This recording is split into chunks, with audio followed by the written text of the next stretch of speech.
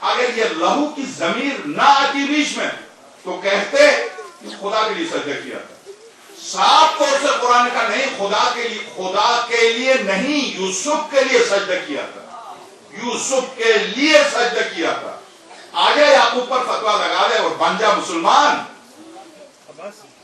تو میں اب آپ اس کی دیکھیے ایک اور سلوات.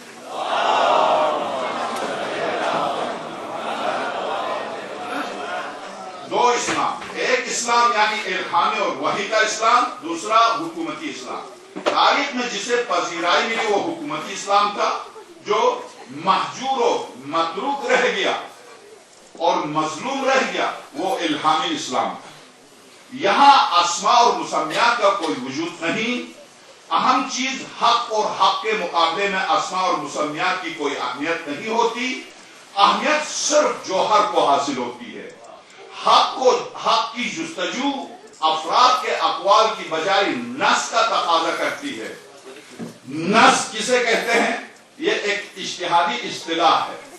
قرآن کریم نے ارشاد فرمایا کہ مسافر کے لیے روزہ معاف ہے. بسم اللہ الرحمن الرحیم. یا ایھا الذین آمنوا کتب علیکم الصیام کما کتب علی الذین من قبلکم لعلکم تتقون. اے صاحبان ایمان، روزے تم پر لکھے جا چکے ہیں جیسے تم سے پہلے امتوں پر لکھے گئے تھے. یہ روزہ کیوں لکھے گئے ہیں؟ لعلکم تتقون. اس کا فلسفہ ہے کہ تم تقویٰ کیا کرو. روزے سے تمہارے جسم اور روح اور جسم میں صفائی ہوگی اور تم اس قابل ہوگے کہ تم جب لفظ تمہاری زبان سے نکلے تو بغیر رکاوٹ کے مجھ تک پہنچ جائے. روزے کا ہدف یہ ہے فمن کان منکم مریضا صریح، جو آیت میں صریح بغیر کسی ابہام، بغیر کسی اجمال، بغیر کسی یعنی غلط فہمی کے بالکل صحیح مقصد بتا دے، اس حکم کو کہتے ہیں صریح اور نص. اسے نص کہتے ہیں. اس کو ذرا ذہن میں رکھیے گا. نص، اس پر پوری تفصیل اسی لفظ کے ساتھ چلے گی. پوری کتاب اس لفظ کے ساتھ چلے گی. اس لیے میں اس لفظ کی وضاحت کرنا چاہتا ہوں. یہ ایک اجتہادی مسئلہ ہے. ایک نص ہے، ایک اجتہاد ہے. نص کسے کہتے ہیں؟ سرور کائنات صلی اللہ علیہ وآلہ وسلم نے فرمایا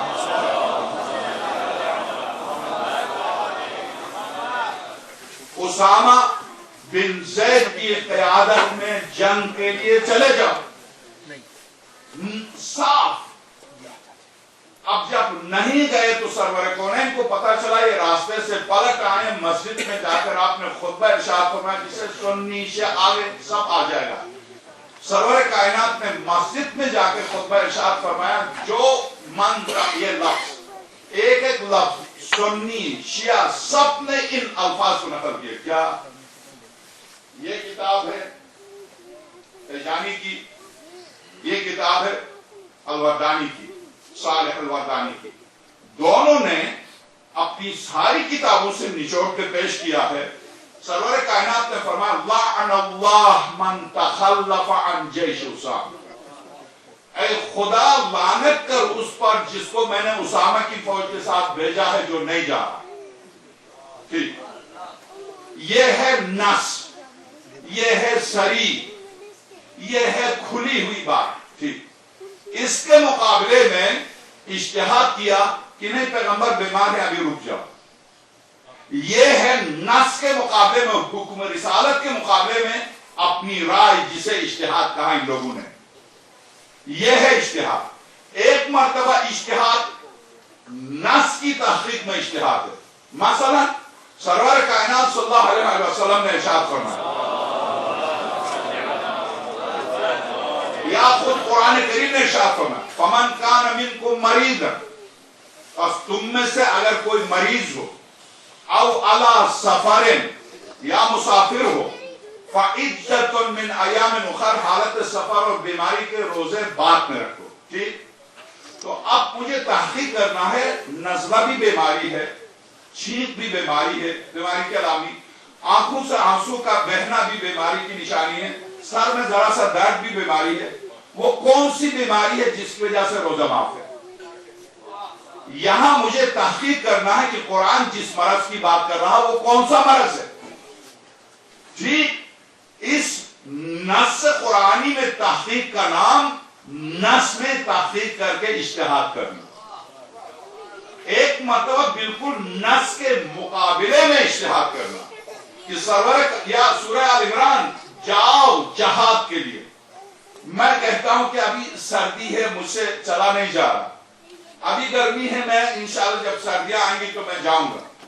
یہ ہے حکم نص صریح نص قرآن کے مقابلے میں میرا اجتہاد.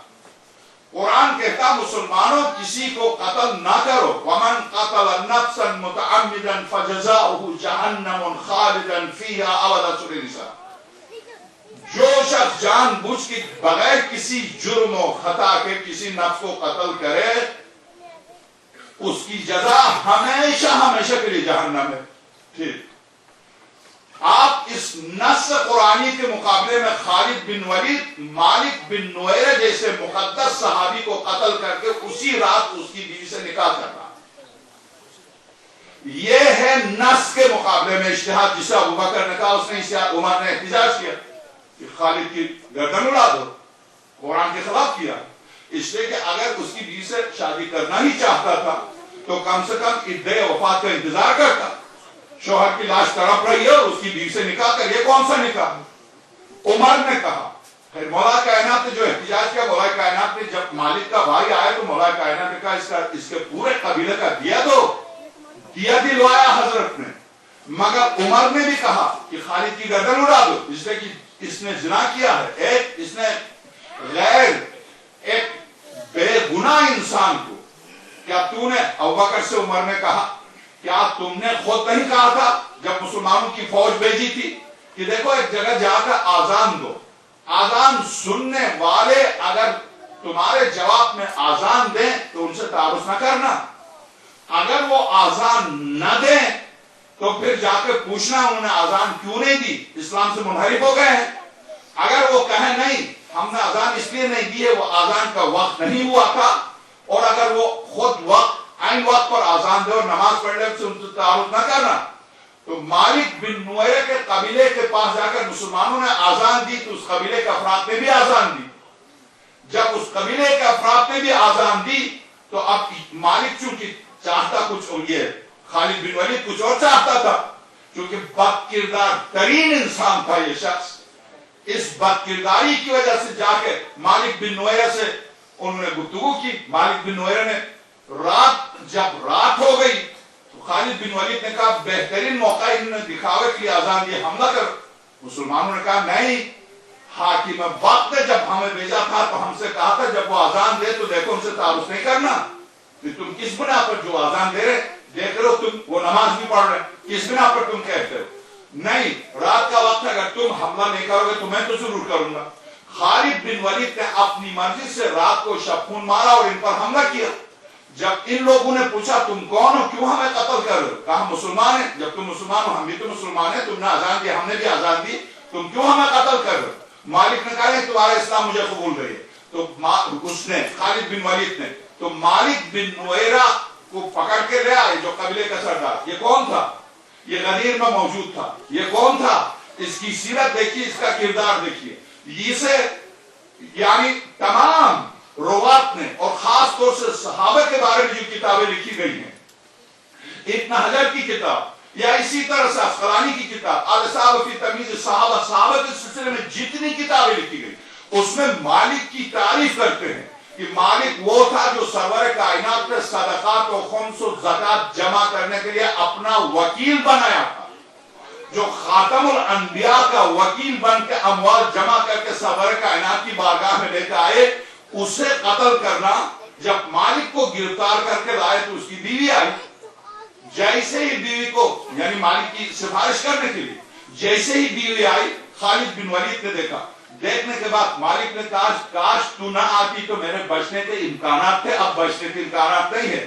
اس لیے کہ مالک کی بیوی خوبصورت تھی, مومنہ تھی اور بہت خوبصورت تھی. جیسے ہی ان کی خالد بن ولید لعنت اللہ علیہ کی نظر اس مومنہ پر پڑی تو اب مالک نے کہا انا للہ و انا الیہ راجعون, اب یہ مجھے ضرور قتل کرے گا تیری خاطر. اور یہی ہوا, خالد بن ولید نے اسی وقت مالک کو قتل کیا اور اسی رات مالک بن نویرہ کی زوجہ کے ساتھ انہوں نے شادی کی، ابو بکر نے احتجاج کیا، اس نے عمر نے احتجاج کیا، عبد الرحمن ابن عوف نے احتجاج کیا، مولا کائنات نے احتجاج کیا، سارے انبیاء سرور کائنات کے سارے صحابہ نے احتجاج کیا، ابو بکر نے نہیں مانا. کیا کہا؟ مالک نے اجتہاد کیا، دوسرے خالد بن ولید نے اجتہاد کیا. ایک یہ اجتہاد، اسلام کے مقابلے میں اجتہاد، قرآن کے مقابلے میں اجتہاد، نص کے مقابلے میں اجتہاد، صحیح آیات کے مقابلے میں اجتہاد. ایک یہ اجتہاد ہے. دوسرا اجتہاد میں نے عرض کیا، دوسرا اجتہاد روایت کی تحقیق میں. یہ روایت کہاں تک صحیح، اس کے راوی کون ہے، اس کے الفاظ قرآن سے ملتے یا نہیں ملتے، قرآن کے خلاف یا قرآن کے حق میں. ایک وہ تحقیق ہے، اس تحقیق کا نام نص میں اجتہاد ہے، اس اجتہاد کا نام نص کے مقابلے میں اجتہاد ہے. تو یہاں پر اب آپ غور کیجئے، ان کی جو گفتگو، چونکہ ساری گفتگو علمی ہے، مجھے معاف کرے چونکہ جب میں کتاب شروع کر رہا ہوں تو ایک ایک لفظ کی وضاحت کے بغیر میں آگے نہیں بڑھ سکتا، اس لیے معذرت خواہ ہوں آپ سے اگر ٹائم لگے. یہاں اسماء اور مسمیات کا کوئی وجود نہیں. اہم چیز حق ہے، اور حق کے مقابلے میں اسماء اور مسمیات کی کوئی اہمیت نہیں ہوتی. اہمیت صرف جوہر کو حاصل ہوتی ہے. حق کی جستجو افراد کے اقوال کی بجائے نص کا تقاضا کرتی ہے. افراد کو نہ دیکھیں، پیغمبر اور خدا نے کیا فرمایا اس کو تلاش کریں، اس کو تلاش کریں. وہ کہاں سے حاصل کریں؟ کہتے ہیں کہ نص کی پیروی انسان کو حق کے قریب کر دیتی ہے. افراد کی پیروی کرنے والے لوگ اپنے قائدین کے ہاتھوں گروی ہو جاتے ہیں. افراد کی پیروی کرنے والے اپنے جن افراد سے، مثلا انبیاء جب آتے تھے تو جو سابقہ افراد موجود تھے جن کے لیے انبیاء آیا کرتے تھے، وہ کیا کہتے تھے؟ اِنَّا وَجَدْنَا آبَانَا عَلَىٰ حَاذَا، ہم نے اپنے آباء و اجداد کو اس دین پر پایا. نوح سے قوم نے یہی کہا، حضرت ابراہیم سے قوم نے یہی کہا، سرور کائنات سے موسیٰ سے عیسیٰ سے قوم نے یہی کہا کہ ہم اپنے آباء و اجداد کو اسی دین پر پایا، کیوں کیا نیا دین دیتا ہے. تو قوم جب سابقہ رسم و رواج کو دین بناتی ہے، ایمان بناتی ہے، تو اسی روش پر چلتی ہے. جب انبیاء علیہ السلام آتے ہیں تو ان کو حق کی طرف جب دعوت دیتے ہیں تو یہ حق سے منحرف افراد دلیل یہی دیتے ہیں کہ ہم یعنی اپنے خاندانی دین کو نہیں چھوڑ سکتے.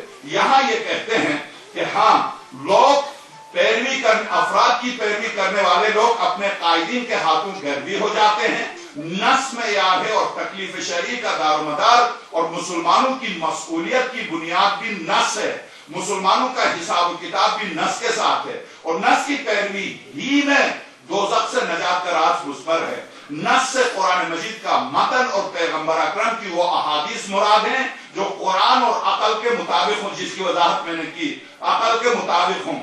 ہاں وہ امور جن کا تعلق غیب سے یا سیاست سے یا اصول دین اور تولا و تبرع سے ہے، ان میں اجتہاد کی کوئی گنجائش نہیں ہے. اس کے علاوہ جن نصوص کا تعلق احکام سے ہے تو ان میں اجتہاد کی گنجائش موجود ہے، اور اجتہاد کے لیے ایسے افراد کا ہونا ضروری ہے جن میں اجتہاد کی شرائط موجود ہوں، اور استنباط کے لیے جن کے ہاتھ قدرت علمی موجود ہوں. جن نصوص کا تعلق دعوت و ارشاد و تبلیغ دین، اصول دین، تولات، تبرات، تدوین احکام کے سرچشمے کی تعین، رہبری، ذاتی اور اخلاقی کردار اور دوزخ سے رہائی سے ہے، ایسی نصوص میں تقلید جائز نہیں ہے. اس سلسلے میں مسلمانوں کا فریضہ یہ ہے کہ عقل سے استفادہ کر کے منزل حق پر پہنچ جائیں. اس امت کی گمراہی کا راز اسی میں ہے کہ انہوں نے عقل کو چھوڑ کر اپنی باغ دور فقہا کے ہاتھوں میں تھما دی. عقل کو چھوڑ کر اپنے آپ کو ابو حنیفہ کے ہاتھ میں دے دیا. اچھا تو جو کہہ دے ہم وہی دین. بخاری کا ہاتھ میں دے دیا، تو قرآن کے خلاف بھی لکھ دے. حیرت کی بات نہیں ہے. اب اسی جملے کو یہیں رک کر ڈاکٹر تیجانی ہیں، یہ تو الوردانی ہے جن کی کتاب پڑھ رہا ہوں، صالح الوردانی، ڈاکٹر تیجانی کی ثم اهتديت then I was guided، ان کی پہلی کتاب اٹھا کے دیکھی. وہ کیا کہتے ہیں؟ بالکل یہی. اس روش نے ان علماء کو مجبور کیا کہ چلو حق کی جستجو کرو، بیوقوف نہیں ہو، مشرکین اور کفار کی طرح نہیں ہو کہ اِنَّا وَجَدْنَا آبَانَا عَلَىٰ هَٰذَا الدِّينِ، ہم نے اپنا آباء و اجداد کو اس دین پر پایا. تمہیں عقل دی ہے، اب دنیا کھلی ہوئی ہے، وہ ظلم و ستم کی تلوار نہیں لٹک رہی ہے، آزاد ہو، چلو نکلو جستجو کرو. ڈاکٹر تیجانی کہتے ہیں ان کی پہلی کتاب میں، اور اس واقعے کو دوسری کتاب میں اہل ذکر یا حق لِأَكُونَ مَعَ الصَّادِقِينَ، تاکہ میں سچوں کے ساتھ ہو جاؤں. اس میں بھی اس واقعے کو نقل کیا. تینوس میں اپنے بخاری کی شرح جس نے لکھی ہے تقریباً 20-25 جلدوں پر مشتمل، ان کے پاس گئے تھے. میں ان کے پاس گیا. میں نے ان کے پاس جا کے کہا حضور بخاری کی کچھ روایت جو میری سمجھ میں نہیں آئی. تو بھٹے ہو گئے تھے. انہوں نے کہا بیٹے کون سی روایت؟ ایک تو حضرت موسیٰ سے متعلق نہانے کے لیے کپڑے اتار کے نہا رہے تھے، وہ جس پتھر پر کپڑے رکھ دیے تھے وہ کپڑے ہی نبی خدا کے کپڑے ہی لے کے بھاگا. یہ میری سمجھ میں نہیں آ رہا کہ پتھر کیوں کپڑے لے کے بھاگا. موسیٰ سے ان کو کیا دعوت کی؟ اولو العزم نبی ایک رسول اعظم کو برہنہ چھوڑ کے اسے کیا ملا؟ ہاں بیٹے اس میں ایک فلسفہ ہے کپڑے کی. ایک نبی خدا کو برہنہ کرنے میں فلسفہ، اور وہ فلسفہ یا بخاری جانتا ہے یا پتھر جانتا ہے.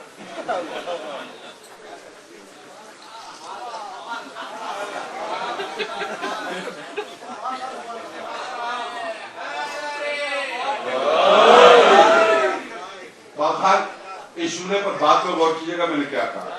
تو ہمارے نوجوان خطیب ہیں یہاں آپ کے پاس ہیں، تو وہ ہر گفتگو کے بعد کہتے ہیں کہ میں کیا کہہ گیا. تو خیر میں کیا کہہ گیا مجھے نہیں پتا، مگر یہ کہ اس پتھر کے واقعے پر واقعی توجہ دیجئے. تو ڈاکٹر تجانی کہتے ہیں کہ میں نے کہا کہ حضور یہ بات میری سمجھ میں نہیں آیا کہ پتھر کیوں ایک اولو العزم نبی؟ خدا ستار العیوب، اس نے ساری کائنات کے اوپر پردہ ڈالا. انسان جب رحم مادر سے آتا ہے تو اس بچے کو بھی ہلکے سے پردے میں پیدا کیا. وہ خدا جس نے پردہ رکھا وہ کیوں اپنے اولو العزم نبی کو بے پردہ کرے گا؟ اس نے کیوں پتھر کو اجازت دی ایک نبی خدا کے لباس کو لے کے بھاگے؟ سبحان اللہ. کیا وہ پتھر بھی ابو ہریرہ تھا؟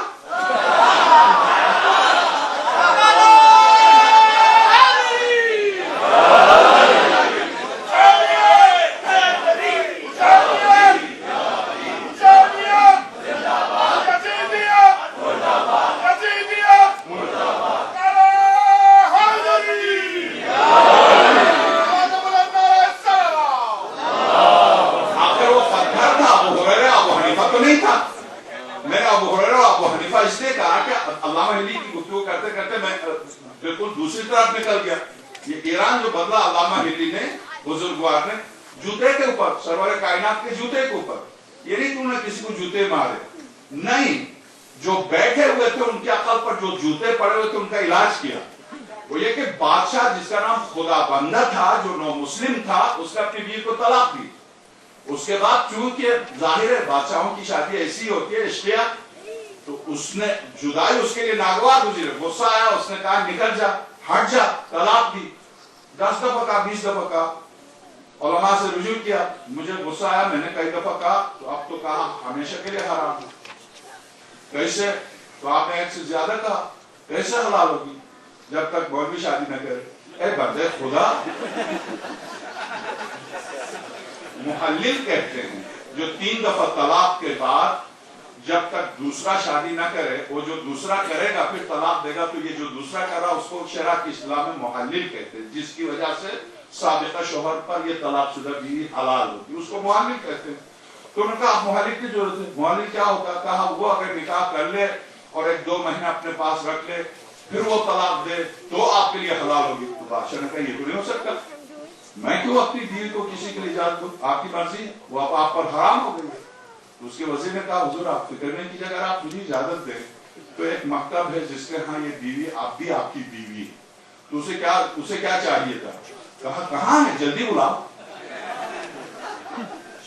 تو باقاعدہ سواری بھیجی ہلت سے حضرت علامہ ہلی کو لے کر. اس وقت وہ کم سن تھے، جوان تھے. جب وہ آئے تو انہوں نے شرط لگائی کہ جس نے حرام کہا آپ کی بیوی کو اس کو آپ لے کر. میں اس شرط پر ان سے آپ سے بات کروں گا جب ان سے میں مناظرہ کروں. میں ان سے مناظرہ کروں گا. بادشاہ نے کہا بالکل، ان کا پورا خاندان آ جائے گا. بادشاہ ہے اور جو دین ہی حکومت پر چل رہا ہو کیوں نہیں آئے گا؟ اس دین میں یہ تو ہے نہیں کہ گردن کاٹ دو مگر میں نہیں آؤں گا. یہ تو ہے نہیں کہ 14 سال جیل کاٹے. نہیں دین رہے لے لو میرا سر، یہ تو صرف مکتب رسالت ہے، یہ تو صرف سرور کائنات کے اعلی پاک ہے جس نے پورے تاریخ میں خون دیا اور دین پر آنچ آنے نہیں دی۔ تو اب بلایا سب کو بادشاہ نے، علامہ علیہ رضوان اللہ تعالیٰ علیہ جوتے تھے، مسافر تھے وہ، واقعاً بعض اوقات ممکن سے خواہش ہے میں بھی مسافر میں جاتا ہوں، میرے ماہیت کیا ہے اور کیا اسے قرآن مجید میں منحصر کیا جا سکتا ہے؟ اگر رسول خدا کے بعد حق کو، بس اب ہر آپ میں سے کسی کے ذہن میں جو سوال آ سکتا وہ جواب، میری گفتگو دنیا میں کہیں بھی جا رہی ہے، ہر خارجی، ہر 2 گز گاڑی رکھنے والا جو بھی سنتا اس کے ذہن میں آنے والے سوال کا جواب، اس کا جواب کیا، اس گفتگو کا جواب وہ کیا دیتا؟ وہ دیتا ضرورت نہیں تھی پیغمبر اکرم کو وسیع معین کرنے کی، اس لیے کہ قرآن موجود تھا۔ اس قرآن موجود تھا کا جواب ہے کیا قرآن واقعہ، قرآن آج بھی موجود ہے، کیا قرآن کا وجود رفع اختلاف کے لیے اس وقت کافی تھا؟ اگر اس وقت کافی نہیں تھا تو آج کیسے کافی ہے؟ اگر اس وقت سے لے کر آج تک قرآن نے اختلاف ختم نہیں کیا بلکہ خود قرآن کریم سے اختلافات پھونک کے سامنے آئے، تو کوئی مرکزی شخصیت تو ہو کہ اختلاف کو ختم کر کے امت کو ایک جگہ متحد کر دے۔ تو قرآن اب اس کا جواب دے رہے، چونکہ گفتگو کے ایک جملے سے میری پورے گھنٹے کی محنت کو آپ اگر باہر جائیں گے تو آپ کی سارے ذہن کو صاف کرنے لگیں گے، قرآن موجود تھا، وہ قرآن موجود ہے، قرآن موجود ہے، اس کا جواب دے رہے، کہہ رہے ہیں کہ قرآن مجید، پہلا سوال یہ تھا کہ رسول خدا صلی اللہ علیہ وسلم کے بعد حق کی کیفیت و ماہیت کیا ہے اور کیا اسے قرآن مجید میں منحصر کیا جا سکتا ہے؟ اگر رسول خدا کے بعد حق کو قرآن مجید میں منحصر قرار دیں تو قرآن مجید کی صحیح تفسیر کہاں سے حاصل کی جائے؟ قرآن مجید کی صحیح تفسیر کہاں سے حاصل کی جائے؟ ٹھیک، آپ اس کے بعد کہتے ہیں کہ جب میں نے تاریخ قرآن کا مطالعہ کیا تو مجھے اپنے سوال کا جواب کہیں دکھائی نہ دیا، اور جب میں نے قرآن مجید جمع کرنے کی تاریخ پڑھی اور جمع قرآن کے وقت اصحاب پیغمبر کے اختلافات کو ملاحظہ کیا تو میرے شکوک و شبہات میں مزید اضافہ ہوا کہ کس کس نے قرآن کو جمع کیا، یعنی قرآن منتشر چھوڑ کے گئے تھے، لوگوں نے جمع کیا، کن لوگوں نے جمع کیا، کس طرح سے جمع کیا؟ جب وہ میں پڑھنے گیا تو میں تو عجیب حیرت میں ڈوب گیا کہ جمع قرآن پر بھی متفق نہیں ہے۔ تو اب کہتے ہیں کہ ہاں قرآن مجید کے متعلق ان اختلافات کو دیکھ کر میں اس نتیجے پر پہنچا کہ ان تمام مشکلات کے دور کرنے کے لیے ایک جامع شخصیت کی ضرورت ہے، اور وہ شخصیت خدا کے پسندیدہ رہبر ہی کی ہو سکتی ہے، لیکن سوال یہ ہے کہ وہ رہبر کون ہے؟ اس نے اپنی رہبری کا اظہار کر کے حفاظت دین کا منصب کیوں نہیں سنبھالا؟ سابقہ امتوں میں یہ قانون الہی جاری رہا کہ جب وہ امت ارتداد کا شکار ہوتی تھی تو اللہ تعالیٰ نے نئے نبی کو بھیج کر ان امتوں کی اصلاح کر دی۔ یعنی سابقہ آپ جانتے ہیں، میری گزشتہ گفتگو آپ جانتے ہیں کہ انبیاء کتنے ہیں؟ جی 1,24,000۔ ان میں جو شریعت اور کتاب لے کر وہ کتنے ہیں؟ 5، 4 نہیں 5 ہیں۔ نوح، ابراہیم، موسیٰ، عیسیٰ، خاتم الانبیاء صلی اللہ علیہ وآلہ وسلم، یہ ہیں درست 1,23,995۔ یہ کیا کرتے تھے؟ ان کے لائے ہوئے شریعت و کتاب کی حفاظت کرتے تھے۔ وہ خدا جس نے سابقہ انبیاء کی کتاب اور ان کی شریعت کی حفاظت کے لیے 1,23,995 افراد بھیجے، خاتم الانبیاء پر نبوت ختم اور قیامت تک اس شریعت کی حفاظت کی ایک بھی نہیں۔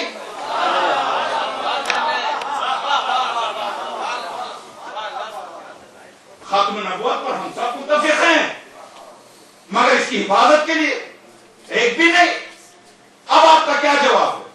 موسیٰ بھی تو کتاب لے کے آئے تھے، موسیٰ کتاب ہی چھوڑ کے جاتے، حضرت ہارون ان کی زندگی میں وفات پا گئے تو بس ہارون وفات پا گئے، موسیٰ اس کے بعد چھوڑ جاتے، شمعون و صفا کو نمایاں کرتے۔ چلو توریت موجود ہے اس پر عمل کرو. جب آپ کہتے ہیں مصنف کہتے ہیں کہ حیرت کی بات ہے موسیٰ کی زندگی نے ہمیں ہمیشہ کے لیے یعنی آپ کہتے ہیں کہ سابقہ امتوں میں یہ قانون الہی جاری رہا کہ جب وہ امت ارتداد کا شکار ہوتی تھی تو اللہ تعالیٰ نے نئے نبی کو بھیج کر ان امتوں کی اصلاح کرتا تھا. اور رسول اکرم کے بعد چشم تاریخ نے اہل عرب کے ارتداد و انحراف کو دیکھا. چشم تاریخ نے اہل عرب پیغمبر کی وفات کے فوراً بعد چشم فلک نے اور کائنات نے دیکھا کہ صاحب بولے مکتب اہل بیت میں 5 بج گئے تھے, سب مرتد ہو گئے تھے. مکتب اہل سنت پہ ام المومنین کہتی ہے سوائے میرے سب مرتد ہو گئے تھے یہاں تک ان کے والد بھی. جب وہ بلا استثناء کہتی ہے سب مرتد ہو گئے تھے, مکتب اہل بیت میں 5 بج گئے تھے, اس آیت کی پوری تعبیر ہو گئی تھی. وما محمد الا رسول, محمد نہیں سوائے اس کے کہ وہ رسول ہے. قد خلت من قبلہ الرسل افإن مات او قتل انقلبتم على اعقابکم, کیا ان کا انتقال ہو جائے شہید ہو جائے تو مسلمانوں تم اپنے پچھلے کفر کی طرف پلٹ جاؤ گے. تو قرآن نے جھوٹ بولا تھا یا پلٹ گئے تھے؟ اگر پلٹ گئے تھے تو کوئی کس طرح سے موسیٰ اب یہاں کہتے ہیں کہ جلیل القدر مصنف موسیٰ 40 دن کے لیے کوہ طور پر گئے تھے تو قوم کو بغیر نائی پہ نہیں چھوڑ کے گئے. 40 دن کے لیے قیامت تک کے لیے خاتم الانبیاء جا رہے بغیر نائی پہ, بغیر وسیع جائے. کوئی مسلمان مجھے بتائے, میں یہاں سب کو اعلان کرتا ہوں مجھے فون کریں, مجھ سے بات کریں, میری گفتگو کا جواب دیں, بڑی نوازش ہوگی. آپ سوال کریں مجھ سے, میرے ان سوالات کا جواب دیں. کس نبی نے اپنی امت کو اپنے جانشین سے, جبکہ ان کے بعد ابھی نبوت ختم نہیں ہوئی ہے, ان کی نبوت محدود, ان کی کتاب محدود, انہیں پتا ہے خاتم الانبیاء کے بعد ان کی شریعت بھی منسوخ ہو جائے گی, نبوت ان کی کتاب بھی منسوخ ہو جائے گی. اس کے باوجود خاتم الانبیاء تک بھی کتاب کی حفاظت کا یہ اہتمام کہ بغیر کسی نائب کے خالی نہ چھوڑ کے جائے. اور خاتم الانبیاء قیامت تک کے لیے جا رہے, قرآن بکری کے ہاتھ میں دے کے کھا جا.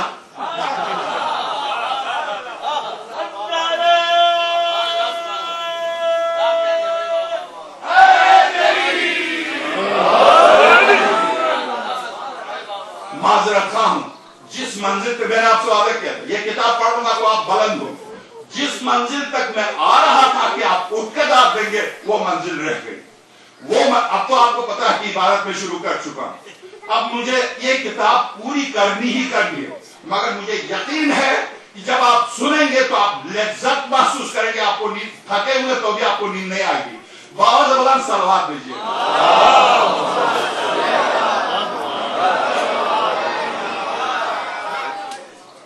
کربلا انہی حقائق کی حفاظت اور انہی حقائق کو جن و انس تک پہنچانے کا نام ہے.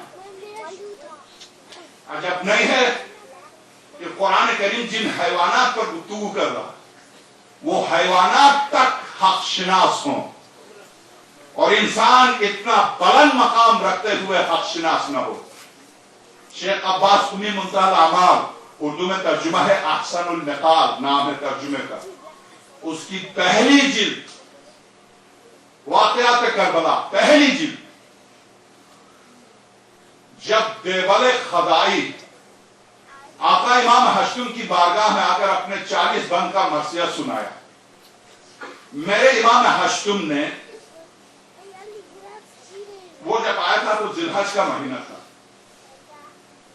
مرثیہ بہت پہلے کہا تھا مگر آقا کی بارگاہ میں آ کے سنانا چاہتا. خود حضرت نے بلایا تھا کہ دیوال آ جاؤ مجھے سنا دو. دیوال آیا, شاعر مخلص شاعر تھا, فرزدق کی طرح آیا. اس نے آقا امام رضا صلی اللہ علیہ کی بارگاہ میں اپنا 40 بند کا مرثیہ سنا. وَقَبْرٌ بِتُوسٍ يَا لَهَا مِن مُصِیبَةٍ, اس مصرے کا اضافہ اس مرثیے میں خود امام رضا نے کیا. جب امام موسیٰ کاظم تک آیا دیوال کہ کتنا غریب تھا وہ میرا امام جو 14 سال جیل میں رہا, تو اب امام رضا تڑپ کے روئے, فرمایا دیوال تجھ پر تیرے پورے خاندان پر خدا رحمت نازل کرے. اجازت ہے کہ اس کے بعد میں ایک مرثیے کا اضافہ کروں ایک بند کا؟ مولا شرف ہے قیامت تک کہ مجھ جیسے حقیر کے کلام میں کلام الہی شامل ہو شعر کی صورت میں.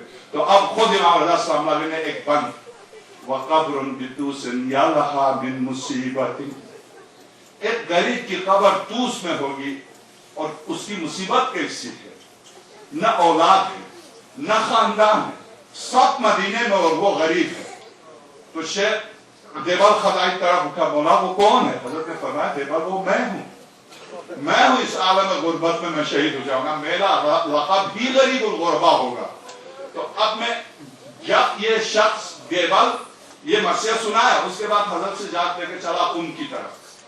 یہ حضرت نے گھوڑا بھی دیا، گھوڑے کو لاد کے دولت و ثروت سے اس نے حضرت کے قدموں پر رکھ کے کہا مولا مجھے ایک کرتے کی ضرورت ہے جو اس کو پہن کے کفن کے طور پر چلا جاؤں، مجھے اس کی ضرورت نہیں ہے، مجھے آپ کی ولایت کی دولت میرے پاس ہے، میں کیا کروں گا؟ یہ دیوا سب کچھ ہم دیں گے، یہ بھی لے لو یہ بھی لے لو، ہم جو دے رہے ہیں یہ تیرا زادرہ ہے، مگر جہاں جو منزلیں آگے ہیں تو فکر نہ کر، ہر منزل پر ہم تیرے ساتھ، یہ بھی لے لو. دیوا وہاں سے رخصت ہو کے چلا. شیخ عباس قمی لکھتے ہیں منتہی الاعمال میں جو حوالہ دیا پہلی جلد واقعات کربلا بالکل انتہا میں کہ ماتم کس کس نے کیا، آقا حسین کی مجلس کس کس نے کی. لکھتے جب دیوا لے کے چلا تو خون کی طرف آ رہا تھا، صحرا سے گزر رہا تھا، رات کا وقت تھا، خوفناک ڈاکوں کا زمانہ تھا. جیسے ہی وہ صحرا میں پہنچا تو دیکھا گپ اندھیرا ہے اور وہ اکیلا ہے. درندے شیر چیتے آوازیں نکالنے، خوف کے مارے کانپنے لگا. اس نے چاروں طرف دیکھا کہ میں کہاں جاؤں. دیکھا دور یہ روشنی چراغ نظر آ رہا، دعائیں پڑھتے آقا امام رضا کا نام لیتے ہوئے پہنچ گیا وہاں. دیکھا ایک ضعیف خاتون ہے، ان کی ایک بیٹی یا بہو ہے، ایک بیٹا ہے. اس کو پریشان دیکھ کے کہا تم کون ہو؟ اس نے کہا میں دیوال. دیوال کو سب جانتے، دیوال ہمارے غریب خانے پر ہم ہے، دیوال میں آقا امام رضا کی بارگاہ میں مرثیہ سنا کر رہا. خدمت کی بٹھایا تو خوف زدہ تھا. کیوں اتنے خوف زدہ ہو؟ شیر چیتے اور سارے بیڑیے چیخ رہے ہیں. واقعا کہا تو اس کا مطلب محرم کا چاند نظر آیا. خدا کی قسم ویسے نہیں کہا میرے آقا زین العابدین نے کہ جس درخت سے گزرتا تھا آواز آتی تھی سجاد خدا آپ کو صبر دے. تو اس ضعیفہ نے فوراً کہا اس کا مطلب محرم کا چاند نظر آ گیا. تو دیوال کہتے کیا مطلب؟ جب محرم کا پہلا چاند ہوتا تو یہ سارے درندے آ کے رونے لگتے، فریاد کرتے. اسی سے ہم پہچانتے کہ محرم کا چاند نظر آیا. اب انہوں نے مجلس منعقد کی، دیوال سے کہا وہ مرثیہ پڑھ کے سنا دے. اب میں عرض کروں کہ جہاں درندے روتے ہوں، جہاں شیر روتے ہوں، جہاں بھیڑیے روتے ہوں، آئیے اس منزل پر میں چونکہ آج اس شخص کے مسائل بیان کرنے جو بہت چھوٹا تھا، 10 سال یا 12 سال کا تھا، جب آقا حسین 3 سال کے تھے، اپنے باپ حبیب کے ساتھ مدینہ گیا. ان کے والد حبیب نے ہاتھ تھاما ہوا مظاہر کا، حبیب کا مظاہر نے حبیب کا ہاتھ تھاما ہوا، مدینے کی گلی سے گزر گئے. سرور کائنات کے ایک ہاتھ میں 4 سال کے میرے آقا حسن ہے، دوسرے ہاتھ میں آقا حسین. آقا حسین کو کبھی سرور کائنات گود میں لیتے ہیں، پھر آقا حسین ظاہر ہے ناز بابا کہتے تھے، بابا نہیں میں دوش پر سوار ہو جاؤں گا. تو کبھی دوش رسالت پر سوار کرتے تھے، بابا میں زلفیں پکڑتا ہوں. آقا حسین ننھے سے ہاتھوں سے زلفائے رسالت کو پکڑ کے کہتے تھے اے میری سواری ادھر کو آ جائے، میری سواری ادھر کو آ جائے. جدھر کو حسین چاہتے تھے رسول اکرم ادھر کا رخ کرتے تھے. رسالت کی زلفیں پکڑ کے جدھر سید الشہداء چاہتے تھے ادھر خاتم الانبیاء. جب حبیب نے دیکھا اور مظاہر نے اس منظر کو دیکھا تو ایک جگہ سرور کائنات نے آقا حسین کو نیچے اتارا اور آقا حسن کا ہاتھ تھامے ہوئے جا رہے تھے، مظاہر ساتھ ساتھ چل رہے تھے، حبیب آقا حسین کے پیچھے تھے۔ ایک منزل پر سرور کائنات رکے، رک کے حبیب کو قریب بلایا، فَضَمَّ إِلَىٰ صَدْرِهِ، سرور کائنات نے حبیب کو سینے سے لگایا، فَتَقَبَّلَ بَيْنَ عَيْنَيْهِ، دونوں آنکھوں کے بیچ میں زبان رسالت نے بوسے لیے۔ تو مظاہر آگے بڑھے، یا رسول اللہ اس حقیر زادے کو یہ شرف بخشا کہ آپ نے بوسہ دیا؟ تو سرور کائنات کی آنکھوں میں آنسو تھے۔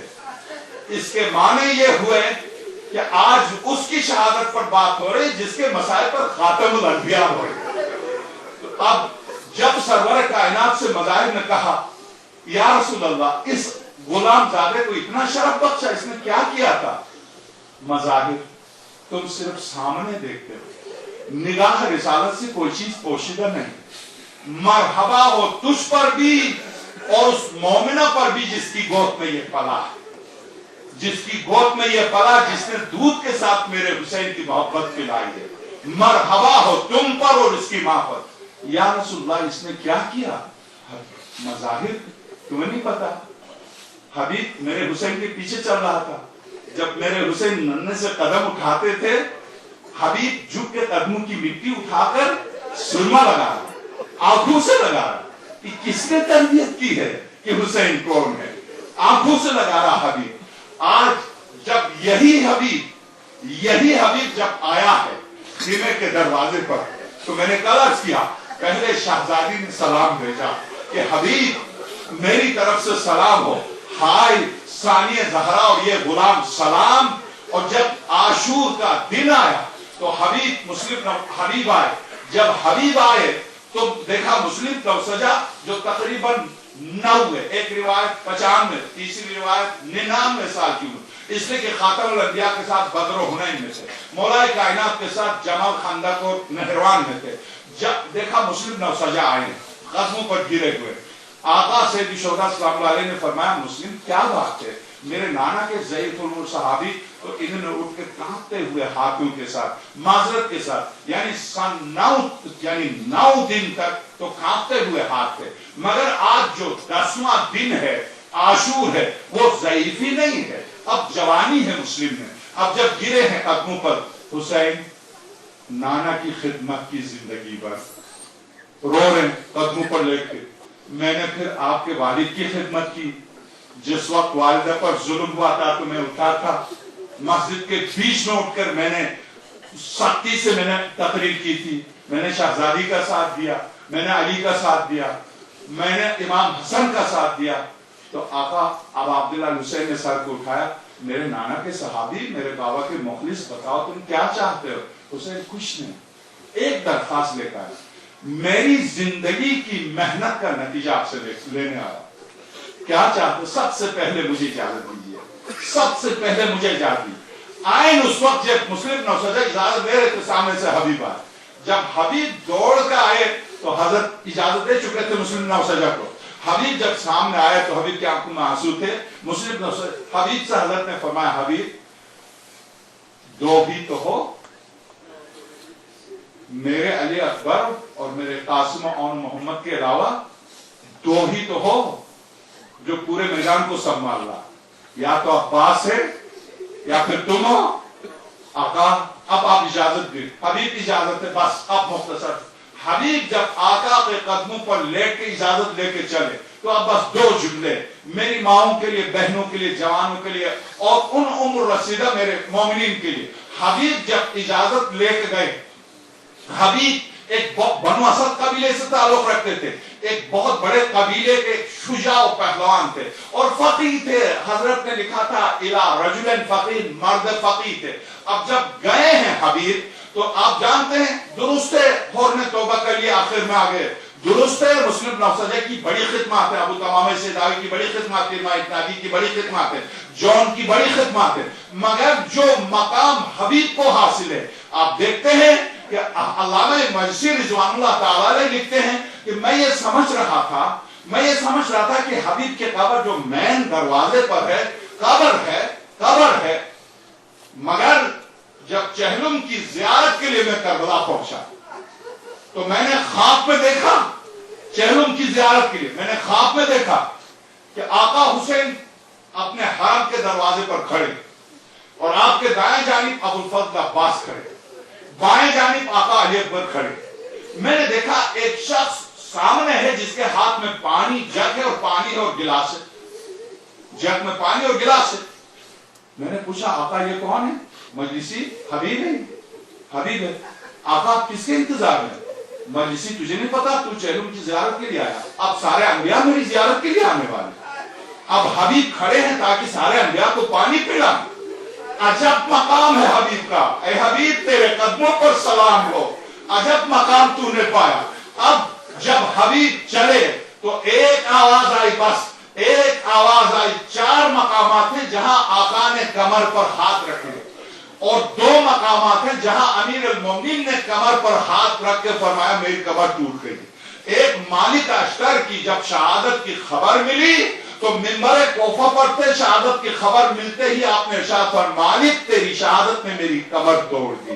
اور قبیلے یا بیٹے یا ان کے اولاد کے پاس نہیں جاتے تھے تعزیت کے لیے، سارا کوفہ امیر المومنین کے پاس آتا تھا مالک کی تعزیت کے لیے۔ اور یہی صورت تھی حبیب کی شہادت پر آقا حسین کی۔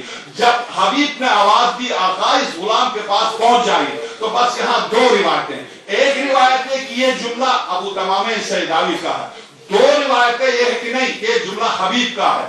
اب چونکہ حبیب کے سلسلے میں جو روایت شیخ عباس قمی نے نقل کی ہے، اس ذمہ داری کے تحت میں شیخ عباس قمی کے نام سے نقل کرتا آپ کی خدمت میں۔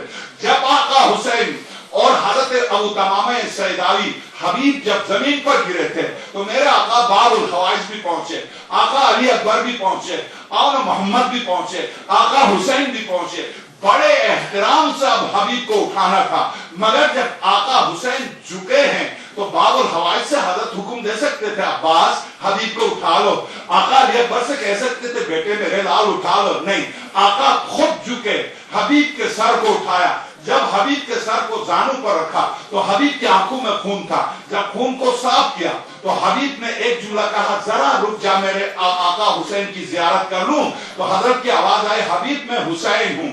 جب آنکھ کھولی تو آقا سرانے موجود تھے اور سر کو حبیب نے ہٹانے کی کوشش کی، آقا نے فرمایا نہیں حبیب میرے زانوں پر رکھ لے۔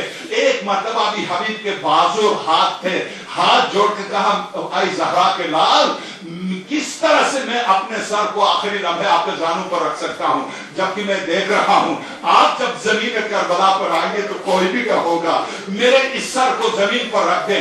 آقا نے فرمایا نہیں حبیب فکر نہیں کرو، میرے لیے بھی کوئی آئے گا، زانوں پر سر کو رکھا۔ اب حبیب نے ہاتھ جوڑے، ہاتھ جوڑ کے جو روایت کا اختلاف میں عرض کر چکا، حبیب نے ابو تمامہ کو جب ساتھ دیکھا کھڑے ہوئے، ابو تمامہ کو ضعیف سے آواز دی ابو تمامہ ذرا میرے قریب آ جا۔ جب ابو تمامہ سیداوی قریب پہنچا تو حبیب نے کہا میری وصیت ہے۔ ابو تمامہ نے کہا حبیب میں آپ کی وصیت پر عمل نہیں کر سکتا، دیکھ رہے ہوں میرا جسم ابھی تک تو 13 تیر پیوست ہو چکے ہیں، میں آپ کی وصیت پر۔ تو اب حبیب نے کہا بس 2 لمحے رہ گئے ہیں، ابو تمام مجھے بیٹے میرے اولاد میرے گھر سے متعلق کچھ نہیں کہنا، جلدی کرو حبیب کیا کہنا؟ ابو تمامہ اس غریب کو تنہا نہیں چھوڑنا، اس غریب کو تنہا نہیں چھوڑنا، بس ماتم حسین۔ بیرا اللہ اکبر اللہ اکبر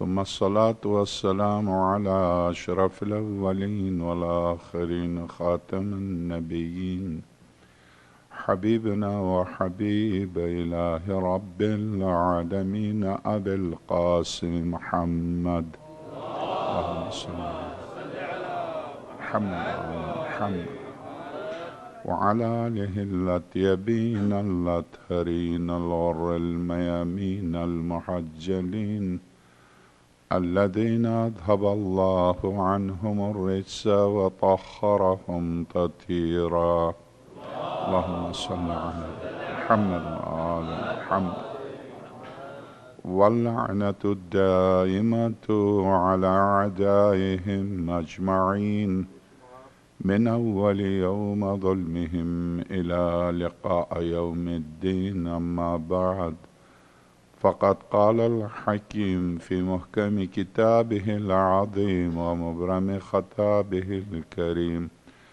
قوله الحق وهو أصدق القائلين بسم الله الرحمن الرحيم ألم نشرح لك صدرك ووضعنا عنك وزرك الذي أنقض ظهرك ورفعنا لك ذكرك فإن مع العسر يسرا إن مع العسر يسرا فإذا فرغت فانصب وإلى ربك فارغب صلوات اللهم صل على محمد وآل محمد. اب تک کی جو گفتگو تھی اس سے متعلق جو بعض مومنین بہرحال ایک ہوں دو ہوں ان کا یہ اعتراض کہ گفتگو میں سختی ہے اور اس سے جو مومنین دور و دراز پاکستان افغانستان وغیرہ میں رہتے ہیں چونکہ گفتگو انٹرنیٹ پر جا رہی ہے اس کی وجہ سے ان کو تکلیف ہو سکتی ہے. یہ بہرحال یعنی یقیناً میں اس اعتراض کو نیک نیتی سمجھتا ہوں. ظاہر ہے ہر مومن دوسرے مومن کی فلاح چاہتا ہے اور اس فلاح اور اصلاح اور تحفظ کے لیے ان کا یہ کہنا بالکل بجا ہے، قطعاً بے جا نہیں ہے. اور میں مشکور ہوں اس طرح کے مومنین جو تمام مومنین کا درد رکھتے ہیں. مگر سب سے بڑا سوال انہی عزیزوں سے انہی مومنین سے یہ ہے کہ مکہ مکرمہ مسجد الحرام کے پیش نماز نے جو شیعوں کے قتل کا جو فتویٰ دیا ہے ابھی 1 سال پہلے، میں ان سے درخواست کرتا ہوں وہ انٹرنیٹ پر جا کے اس فتویٰ کو دیکھیں. اس فتویٰ میں سب سے پہلے آیت اللہ سستانی ہیں. تو کیا آیت اللہ سستانی نے میری طرح کوئی تقریر کی ہے جن کے قتل کا فتویٰ دیا ہے؟ آپ انٹرنیٹ پر جا کے دیکھیں، انہوں نے آیت اللہ خامنئی، آیت اللہ سستانی، ٹاپ کے جو ہمارے مراجع ہیں وہاں سے شروع کیا ہے. ان کے نام لیے ہیں باقاعدہ، یہ سب واجب القتل ہیں. اور آپ خاموش رہیں تو آپ ان کی نظر میں واجب القتل ہیں، آپ بولیں تو آپ ان کی نظر میں واجب القتل ہیں. یہ بات طے ہے. جب یہ بات طے ہے تو آپ میدان میں نکل کے میثم کی طرح قتل ہو جائیں. آپ واقعاً اگر ولایت رکھتے ہیں، اگر ولایت میں خامی ہے تو آپ چھپ جائیے، مجھے بولنے دیں.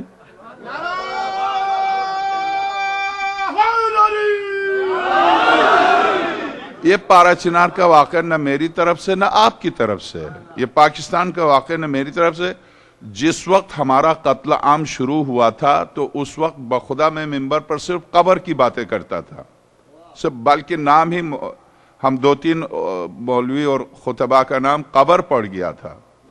ہم صرف قبر کی بات، اخلاقیات پر گفتگو کرتے تھے. جس وقت لالو کھیت میں آقا باب الحوائج کے پنجے کو کتے کی گردن میں ڈال کے چیلنج دیا گیا، اس وقت بولتے نہیں تھے ہم. جس وقت آج بھی لالو کھیت خالی ہے اس وقت ہم نہیں بولتے تھے، اس وقت ہم خاموش تھے.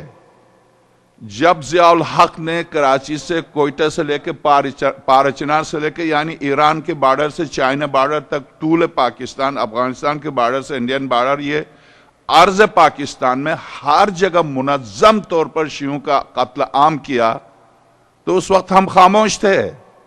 مگر جب آپ کے قتل کی تحریک شروع ہو چکی ہے علائم ظہور کے مطابق، تو آپ واقعاً جب علائم ظہور میں داخل ہو چکے ہیں، ہندوؤں کا کیلنڈر 2012 میں ختم ہو رہا، عیسائیوں کا کیلنڈر بھی 2012 میں ختم ہو رہا. 2013 میں اگر ظہور نہیں ہے تو یقین رکھیے کہ ظہور سے بہت نزدیک ہیں آپ. اور جو ہونا ہے آپ خاموش رہیں تو بھی ہوگا، آپ نہ بولیں تو بھی ہوگا. تو آپ طے کر لیجئے، یا تو ولایت سے دستبردار ہو جائے یا آئیے سردار، تیار ہو جائے سردار. ولایت کے لیے. یہ ولایت آسان نہیں ہے. یہ اس کا امتحان طول تاریخ میں کس نے خطابت کی تھی جب اولاد فاطمہ دیواروں میں چنے گئے تھے؟ کس کی تقریر پر چنے گئے تھے؟ کس کی تقریر کی وجہ سے حجاج بن یوسف لعنت اللہ علیہ نے 5 لاکھ شیعوں کو قتل کیا؟